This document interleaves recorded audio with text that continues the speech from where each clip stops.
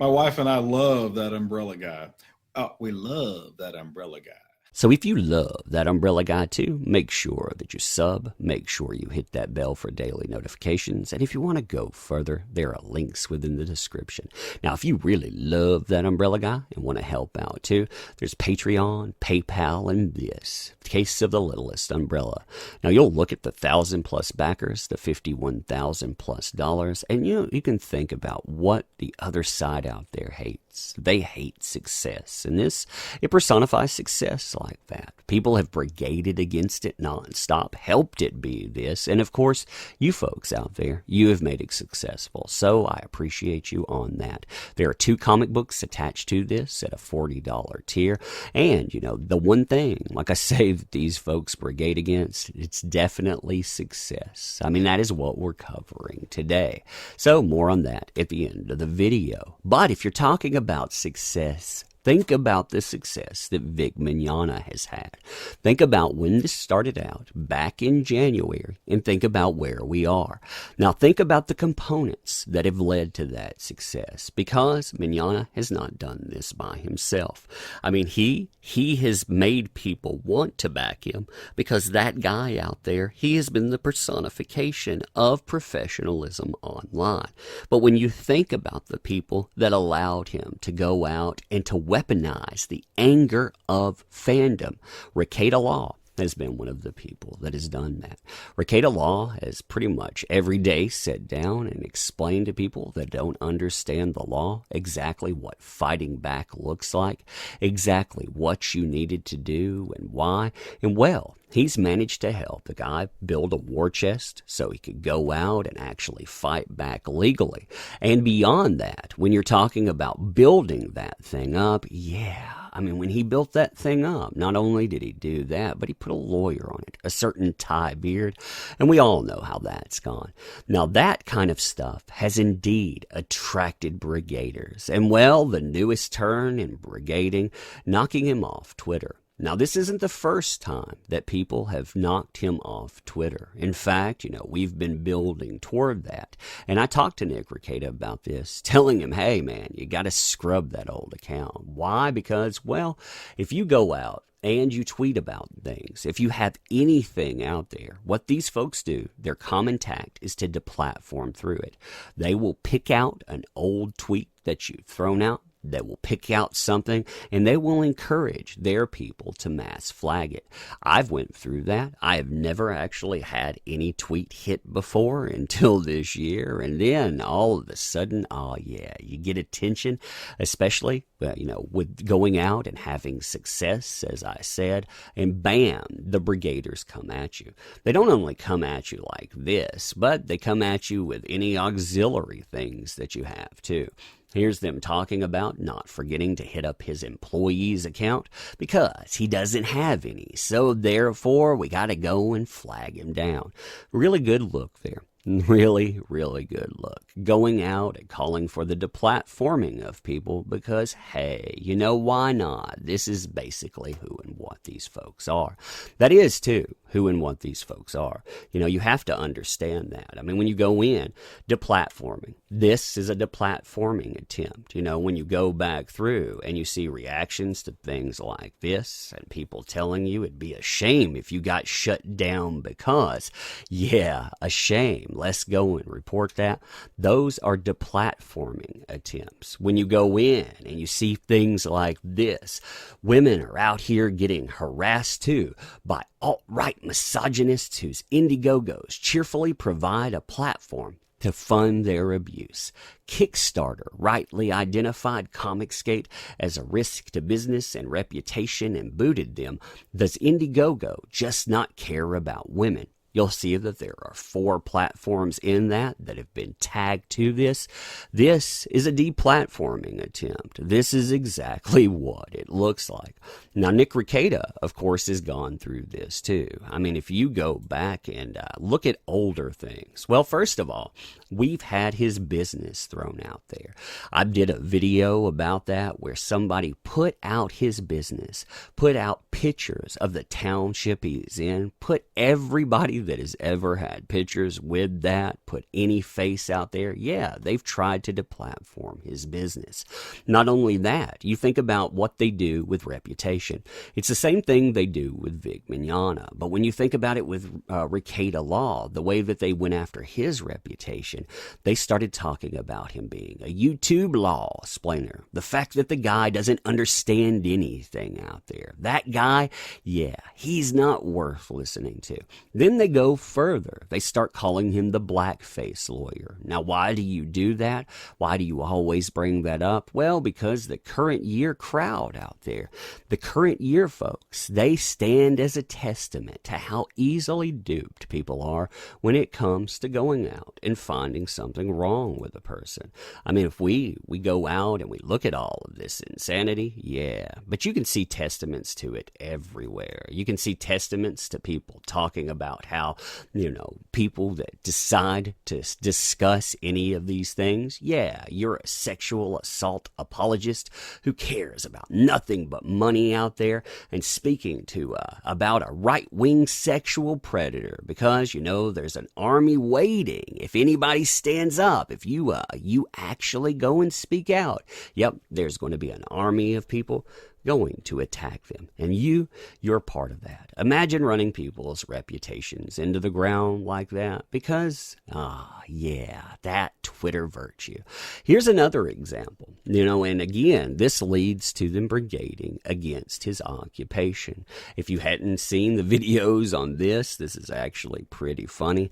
Basically, Rekieta Law, he comes into a conversation where Ty Beard is being called an estate planner.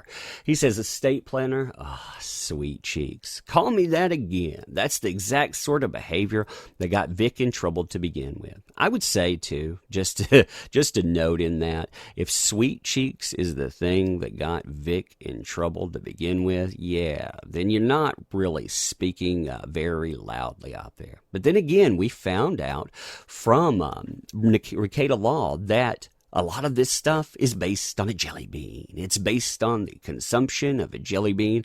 A few words after, 6 years after the fact, boom. Yep, that needs to be investigated. So, sweet cheeks, he says again.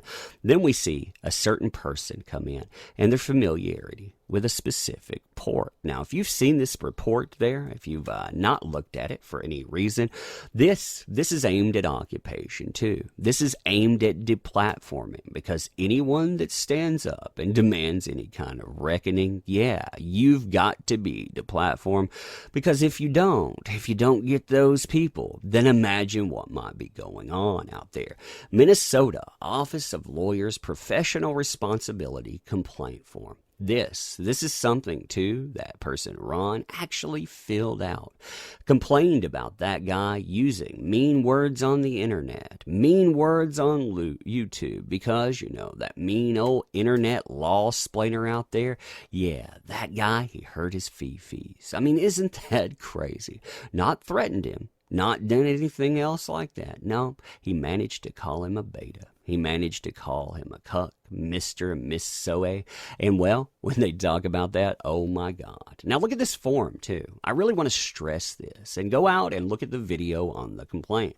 But look at what they're doing. Complaints cannot be filed against a firm. You have to put in individual lawyers. This is aimed at taking away occupation.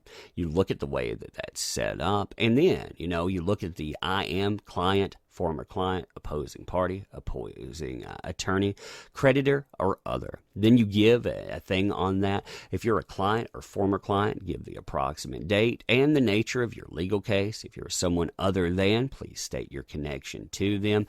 And well, they don't have a connection to them other than being online, but if you see the way people brigade, yeah, that doesn't matter. We don't just look at this too, We don't look at the account suspension. We look at suspensions of anything that is attached to that person. We see people going out and trying to knock down any auxiliary account because, hey, that thing's connected. And, well, we know this, we know that, and therefore, you see, don't forget to hit up that employee account, too. Make sure that that's suspended as well. And they bring up things like Canales. Now, if you don't know who they're talking talking about in this. If you don't keep up with comic books, you're talking about diversity in comics. I'm sure that you've heard about the Mark Waid lawsuit. Well, if you look at people that have worked with diversity in comics, Canales worked with him. That guy there, he would not be intimidated. He did not get mad because people went out and targeted his artwork and called him, low-tier talent. No, he didn't get mad about that stuff.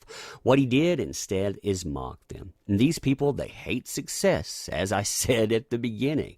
And they also hate it when people aren't intimidated. So, of course, they have to go out. They have to mass flag. They have to make sure that you're offline because, hey, that is pretty much, again, par for the course.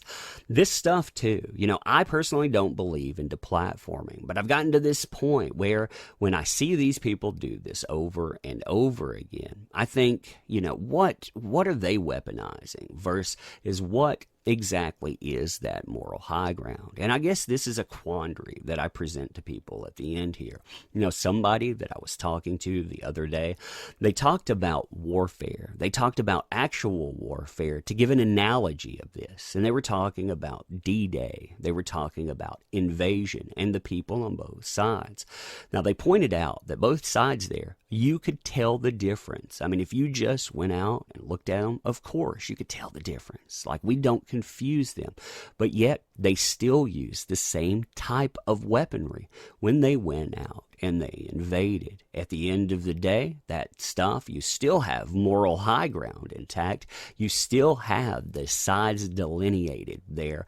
But, again, same weapons. Now, for myself, again, I have not backed the idea of deplatforming. But after a while, you do think, what are these people doing?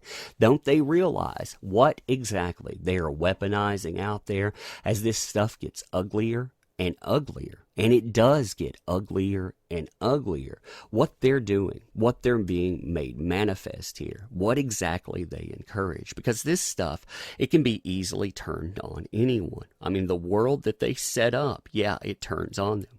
This account, too, has actually had that happen to them. And I'll take their word for why. They went out, they said that somebody out there had misgendered them. They responded to it, and accordingly, they got flagged down. Now, that's something that folks out there love. They love to flag for. They love to flag for misgendering.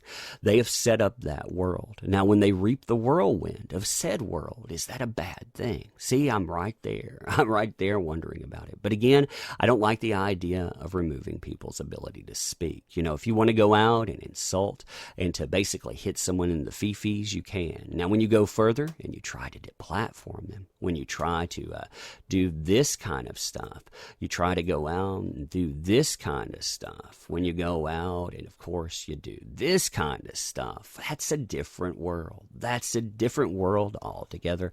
And it makes me wonder what you think about that. So give me your opinions on it. I'm wondering exactly where you stand on that.